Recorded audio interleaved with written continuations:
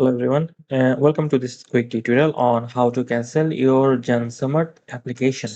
So first head over to the official Jansamarth portal where you initially submitted your application from. And this one is here and you hopefully you have submitted from one of these applications here. Then next log into your account here using your credentials when you applied.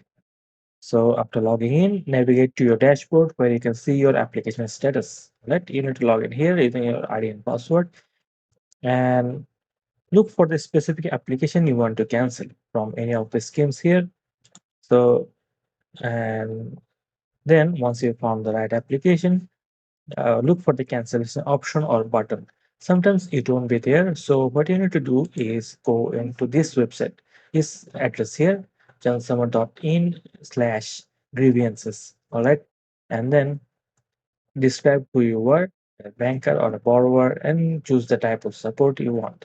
Then enter your mobile number, is full name, email address, application ID, the stage of application, like it's pending or approved or declined or something like that, and choose the scheme. And then your subject of query, just type that you want to like cancel your application. Now you will likely be asked to confirm your decision to cancel the application, then confirm your choice. And make sure to keep it brief and upload any image or anything else you want to add. Then type the captcha and then simply submit. And after confirming, your application will be successfully cancelled.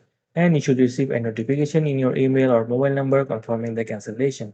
Now, if you're unable to cancel the application or face any technical issues, don't worry, you can also contact customer support from in this number here. For bankers, call this number. For borrowers, call this number here. And you can also reach them via your email, and that's all there is to it.